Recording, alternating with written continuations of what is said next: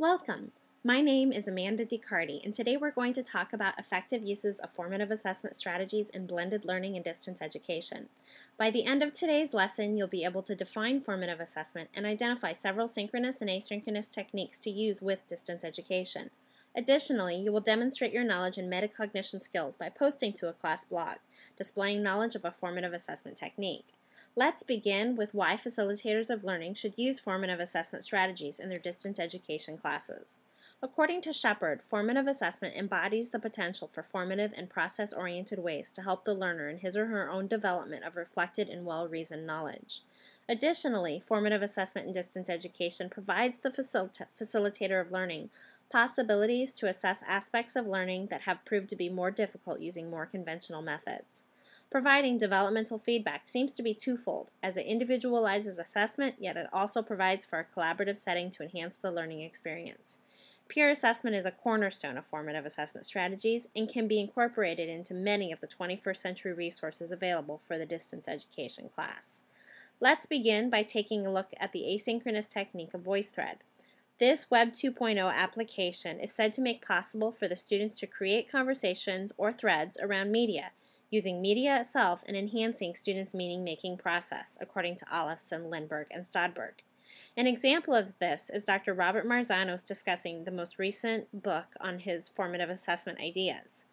The instructor has the students watch the discussion, research obtrusive, unobtrusive, and student-generated formative assessments, and then has them leave a Voicethread comment on their findings. The pictures surrounding the interview are all of the people that have left comments. This formative assessment technique allows students to respond to student-to-student interaction, where the teacher can observe students forming their own learning. The next asynchronous technique we'll look at is Wikis. The Wiki format allows teachers to provide ongoing response to assess student performance in conjunction with peer-to-peer evaluations, self-reflections, and holistic scoring guides. The essential nature of a wiki is to allow students to take an active role in composing while teaching them to work together to compose, revise, and edit an end product. Hatzipanagos and Warburton state, blogs in particular are said to facilitate learners' reflective thinking, both in terms of meta-reflections and in terms of reflection concerning others' learners' comments in relation to one's own posting in the blog. As a formative assessment tool, students can write posts to an individual blog or group blog and then comment on each other's ideas, enriching the meaning-making experience. This is an example of a blog. You'll notice that the most recent blog post was written on July 8, 2011. Then, as we scroll down the blog page, you will see later posts written. The next post was written on June 21, 2011, which was later. As you can see, you can go ahead and insert pictures individualizing each blog post, and then you can have widgets on the right side to give the readers more information. For today, you will be completing an activity in a group blog.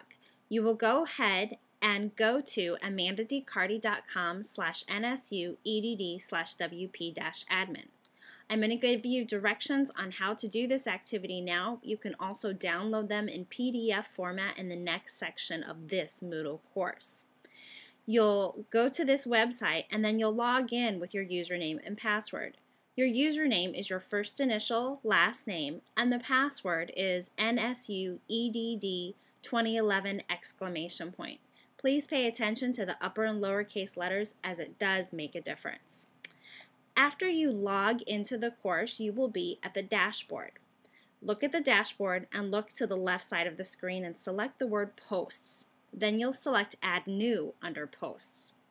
You'll write in your title for your blog.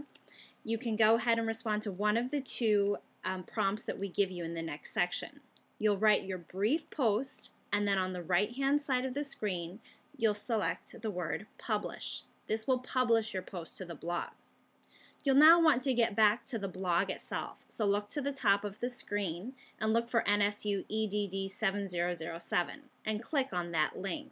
It will take you to the main blog.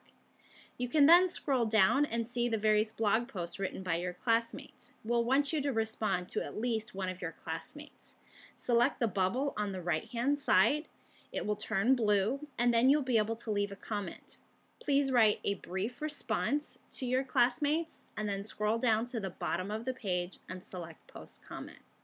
Please proceed to the next section in this Moodle course now.